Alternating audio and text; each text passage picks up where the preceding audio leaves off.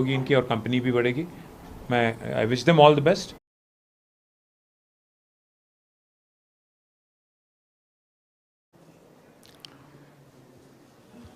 ఆయన తీరు ఎట్లా కనబడతా అన్నారండి చేరలేదా నువ్వు కూర్చో కూర్చో కూర్చో భయ్యా సరే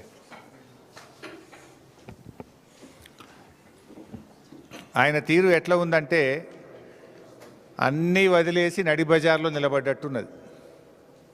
నిండ మునిగినోనికి ఇంకా నాకేముందన్నట్టు అబద్ధాలు అసత్యాల ప్రవాహంలో రేవంత్ రెడ్డి గారు మునిగిపోతూ ఉన్నారు. రేవంత్ రెడ్డి గారి మాటలు వింటుంటే అబద్ధం కూడా ఆత్మహత్య చేసుకుంటుంది. గోబల్స్ను మించిపోయినాడు రేవంత్ రెడ్డి గారు.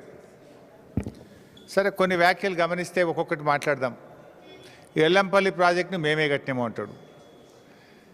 ఇక నీకు అట్టుడు ఎట్లున్నదంటే నువ్వేమో రిబ్బన్ జేబులో కత్తెర జేబులో పెట్టుకొని తిరుగుతున్నావు, ఏడగనబట్టాడు రిబ్బన్లు కత్తిరిస్తున్నావు. నిన్న ఇనాగ్రేషన్ చేసిన కొన్ని ట్యాంకులు కూడా కేసీఆర్ హయాంలో మంజూరు చేసినాయి. ఇప్పుడు సబితక్క కాన్స్టిట్యున్సీలో కూడా ఒకటి ఇవాళ ఇనాగ్రేషన్ చేసినావు. నువ్వు కట్టింది కేసీఆర్ గారి హయాం, కత్తిరించేది నువ్వు అయిపోయినావు. శ్రీపాద ఎల్లంపల్లి ప్రాజెక్టు మేమే కట్టినాం, శ్రీపాదరావు పేరు పెట్టినామంటే మీలాగా మేము చిన్నగా ఆలోచించలే. పేర్లు మార్చుడు లేకపోతే కత్తెర జేబులో పెట్టుకొని పోయి రిబ్బన్లు కత్తిరించే ఆలోచనలు కేసీఆర్ గారు ఎప్పుడు చేయలే. కేసీఆర్ గారు బ్రాడ్గా ఆలోచించిండ్రు, రాష్ట్రం కోసం ప్రజల కోసం ఆలోచించారు తప్ప నీలాగా దిక్కుమాలిన దివాలాకోరు రాజకీయాలకు ఎప్పుడు కూడా పాల్పడలేదు. ముఖ్యంగా మీరు చూస్తే ఎల్లంపల్లి ప్రాజెక్టు అసలు కాంగ్రెస్ హయాంలో పూర్తయిందా? అది బీఆర్ఎస్ వచ్చిన తర్వాత ఆ రోజు నీటిపారుదల శాఖ మంత్రిగా నేనే ఉన్నాను.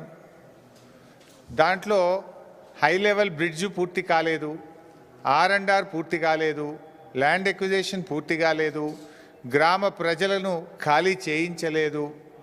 బీఆర్ఎస్ వచ్చిన తర్వాత ఎల్లంపల్లి ప్రాజెక్టు మీద 2052 కోట్ల రూపాయలు ఖర్చు పెట్టి ఆ ప్రాజెక్టును పూర్తి చేసి 2016 సంవత్సరంలో పూర్తి స్థాయిలో 20 TMCల నీళ్లు నిలిపాం. అంటే it took us more than 2 years. 2052 కోట్ల రూపాయలు బీఆర్ఎస్ ప్రభుత్వం ఖర్చు పెట్టింది. నీ లెక్క చేయాలంటే 2052 కోట్లు ఖర్చు పెట్టినాం కనుక పోవాలి, ఎల్లంపల్లి కాడ మీటింగ్ పెట్టాలి, శిలాపాలకు వేసుకునేది ఉండే, రిబ్బన్ కత్తిరించేది ఉండే. కానీ మేము పని చేయలే, మేము చిల్లర రాజకీయాలకు పోలే. పని చేయడం ముఖ్యం అనుకున్నాం తప్ప రిబ్బన్లు కత్తిరించి ప్రజల్ని భ్రమింపజేయాలనేటువంటి ఆలోచనలు మేము లేం. నువ్వు ఫ్లైఓవర్ల కాడ నిన్న చేసిన OHSR కూడా నువ్వు చేసిన శంకుస్థాపన రెండింటికి 2. నీకు వచ్చే నీళ్లు కాళేశ్వరం నీళ్లు, నువ్వు ఇనాగ్రేషన్ చేసిన OHSRలు ORR phase 2లో భాగంగా బీఆర్ఎస్ ప్రభుత్వం నిర్మించిన రిజర్వాయర్లకే నువ్వు ప్రారంభోత్సవం చేసినావు. సో ఇలా ఆ రకంగా ఎల్లంపల్లి ప్రాజెక్ట్ నీళ్ళు వస్తున్నాయని మాట్లాడతాడు ముఖ్యమంత్రి అమాయకంగా. నువ్వు అమాయకమేమో కానీ ప్రజలు కాదు కదా. అసలు ఎల్లంపల్లి ప్రాజెక్ట్ కెపాసిటీ 20 TMCలు, దాని డెడ్ స్టోరేజే 3 TMCలు, ఉండేటి 17. ఆ 17కు దాని సొంత ఆయకట్టు 1,65,000 ఎకరాలు ఉంది. అంటే 12 TMCలు కావాలి దానికి. దాని కింద NTPCకి మనం నీళ్ళు ఇస్తాం. NTPC విద్యుత్ ఉత్పత్తికి ఎల్లంపల్లి ద్వారా 6.5 TMCల నీళ్ళు ఇస్తాం.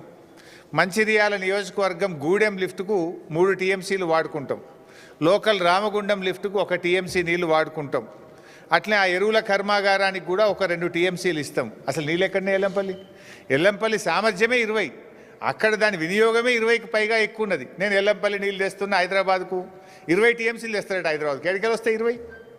ఎల్లంపల్లి కెపాసిటీ 20, డెడ్ స్టోరేజ్ 3 పోతే ఉండేది 17. ఆ 17లో NTPCకి 6.5, గూడెం లిఫ్ట్కు 3 పోతాయి. అదేవిధంగా లోకల్ లిఫ్ట్కు 1 TMC పోతుంది. రామగుండం ఎరువుల కర్మాగారంకు 2 TMCలు పోతాయి. దానికే ఎక్కువ ఉన్నది. అది కూడా that will be supplemented again. నేను ఆ 20కి 20 హైదరాబాద్ తెస్తున్నా అంటాడు. అంటే ఎవరి చెవులలో పువ్వు పెడుతున్నావు? ఎందుకు ఈ గోబల్స్ ప్రచారము? ఆ కుర్చీకున్న గౌరవాన్ని ఎందుకు తగ్గిస్తూ ఉన్నావు?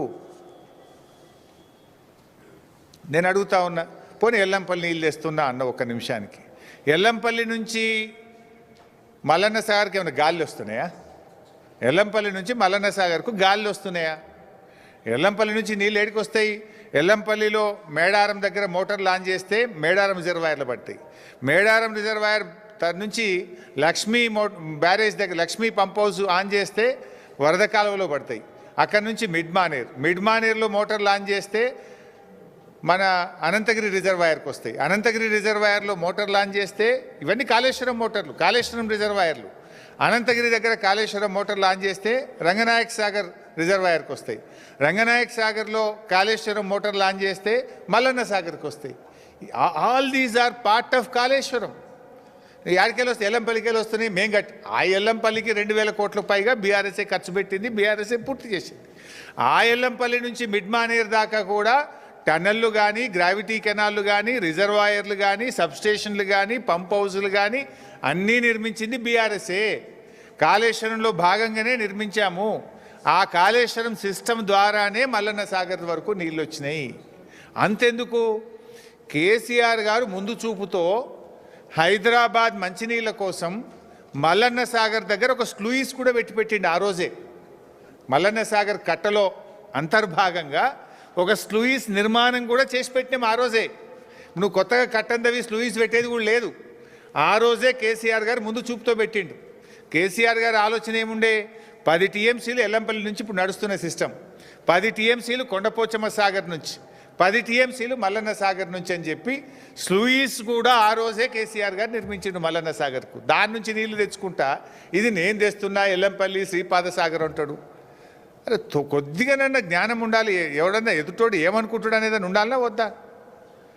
ఇలా నువ్వు గండిపేట దగ్గర కొబ్బరికాయ కొట్టినావంటే ఆ గండిపేటకు హిమాయత్ సాగర్కి వచ్చే నీళ్లు అవి కాళేశ్వరం ప్రాజెక్టు నీళ్లు, కాళేశ్వరం మోటార్ల ద్వారా వచ్చే నీళ్లు, అంతే తప్ప అవి ఇంకేమో కావు. కాళేశ్వరం అంటే ఏందో ఇంతకుముందు 10 సార్లు చెప్పిన నేను.